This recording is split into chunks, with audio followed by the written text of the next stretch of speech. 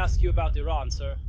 So let me say, since you're going to ask about Iran, let me say a few things. First of all, I think it's very important that the American media be honest with the American people about this particular issue, because it affects not only public policy matters, but actually affects peace and war. And that's exactly what I mean. So, in the last few days, I've seen several reports from the American media about the Iranians' 10-point proposal. From what I know, since I'm involved, there are at least 3 different proposals that I've seen circulating. The first one was presented, and we honestly thought it was probably written by ChatGPT, sent to Steve Witkoff and Jared Kushner. That one was immediately dismissed. It was thrown away and rejected. There was a second 10-point proposal, much more reasonable, based on some conversations among us, the Pakistanis, and the Iranians. That's the 10-point proposal. This is the proposal the president referred to yesterday.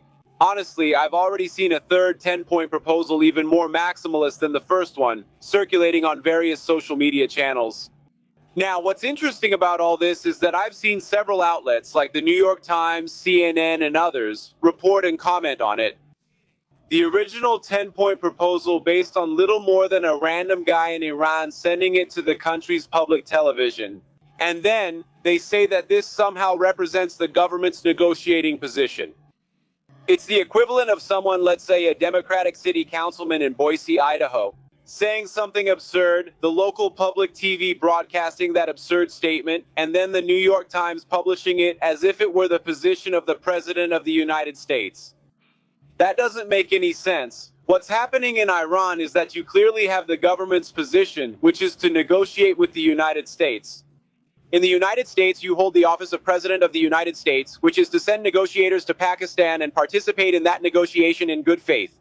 And then, yes, there are some crazy people on the Iranian fringe who are leaking information anonymously, either for propaganda purposes because they're embarrassed or because they didn't like what happened. And the final point, when I say they didn't like what happened, what we know is that the United States achieved its military objectives. What we know is that the United States could have imposed significant additional military and economic costs on Iran, and they still have the capability to do so. But we fortunately at this moment, I think, have a ceasefire. Thanks to the leadership of the President of the United States, to the Iranians' promise to open the Strait of Hormuz, and we have negotiations that should begin this weekend. That's the truth. I think it's a good first step. Let's see if we can make more progress in the coming days. Can I ask you about Lebanon? Go ahead, because there's a disagreement about whether Lebanon is included in this proposal. And the President of the Parliament, you will sit on the other side of the table in Islamabad. He said he thinks negotiations are irrational during the war, so he would ask Israel to suspend attacks to make room for talks. Well, first of all, I know there were talks between the Israelis and the leadership of our country today. I didn't take part in that because I was busy with things in Hungary. Maybe I'll update when I board the plane. But let me say, I really think there's a lot of bad faith negotiation and propaganda going on. I think this comes from a legitimate misunderstanding. I think the Iranians thought the ceasefire included Lebanon, but it didn't. We never made that promise. We never indicated that would be the case. We said the ceasefire would be focused on Iran and the United States allies, Israel and the Gulf states. That said, the Israelis, as I understand it, should receive a more complete report when they board the plane, if they volunteered to do so. Frankly, to hold back a little in Lebanon because they want to ensure that our negotiation is successful, that's not because it's part of the ceasefire. I think the Israelis are trying to prepare us for success, and we'll see how this unfolds in the coming days. If Iran wants to let this negotiation collapse into a conflict in which they are attacked because of Lebanon, something unrelated to them, and that the ceasefire never included, the final choice is theirs. It would be foolish, but the choice is theirs. Mr. Vice President, Iran is still blocking the Strait of Hormuz. Do you have any expectation of when that strait will be reopened? Well, we've already seen an increase in traffic today. We expect to see an increase in traffic tomorrow. In fact, we're seeing signs that the strait is reopening. As oil prices have dropped, the energy markets are already reacting to this move. But the president was very clear. The agreement is a ceasefire, a negotiation where we offer this and they offer to reopen the straits. If we don't see that, the president will not fulfill the terms if the Iranians don't do the same. Mr. Vice President, Caroline Leavitt said that you were instrumental in these negotiations. Could you help us better understand your role and whether your well-known opposition to foreign wars in general was a determining factor in making you a key player in this? Well, I appreciate what Caroline said. My main role was that I spent a lot of time on the phone making and receiving calls. And again, I'm happy with the outcome. I think the president got a good deal for the American people, but the Iranians need to take the next step. Otherwise, the president has several options to return to war. Do you know if the Iranians asked you to participate in the negotiations? I don't know about that. I'd be surprised if that were true. I got involved because I wanted to make a difference, and obviously, I think the ones who were there negotiating daily were Steve and Jared. They did a good job, but we'll keep working on this as a team, as always. Pete has been very helpful with the military side, and Marco has been quite involved. We work effectively as a team. I've spent a lot of time on the phone in the last few days, but we're happy to be where we are now. Mr. Vice President, how do the Iranians meet the goal of preventing Iran from having a nuclear weapon if they still possess enriched uranium? What's the plan to remove the uranium? Well, look, that's one of the things that's going to be one of the main topics of negotiation. We want Iran to be unable to make a nuclear weapon. We want the nuclear fuel, as the president has made very clear.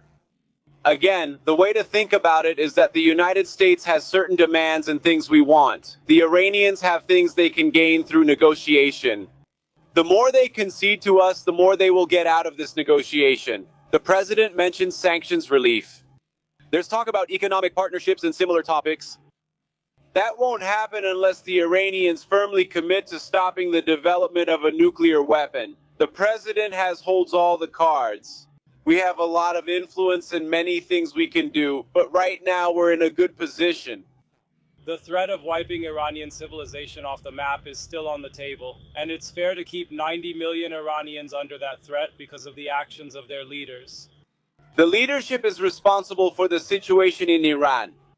The American president made it clear that the United States has a lot of influence here, including economic influence. We have military influence. What he is seeking is to ensure security and to reach a deal that is good for the Americans. Look, I encourage the Iranians to come to the negotiating table seriously. We've seen some signs that they are going to do that. We've seen some signs of bravado. Fundamentally, we are in a good position. The channels have been reopened, ceasefire in effect. If they break the agreement, then they will face serious consequences. But wiping them off the map is different from economic or military leverage. Why is that kind of language useful in this kind of scenario? Well, again, the president of the United States is saying that unless the Iranians do the right thing, there will be serious consequences for the regime. Obviously, we don't want the people of Iran to suffer, but we have a lot of leverage that the president of the United States could use. And that's why I think it's so important for the Iranians to be good faith negotiators, okay? X has been buzzing in the last few days with a Free Press article saying that senior Pentagon officials, including Rich Colby, brought Cardinal Pierre to the Pentagon in January. Brought who? Cardinal Christophe Pierre into the Pentagon? Unfortunately, I didn't see the report. According to the Free Press, they said that the American military has a lot of power, they can do whatever they want, and the church should support them. Does that message seem right? Is that something I, without meaning any disrespect to the Cardinal, don't know who Cardinal Christophe Pierre is. Okay, I already knew him, sorry, I just didn't remember the name. I've never seen that report.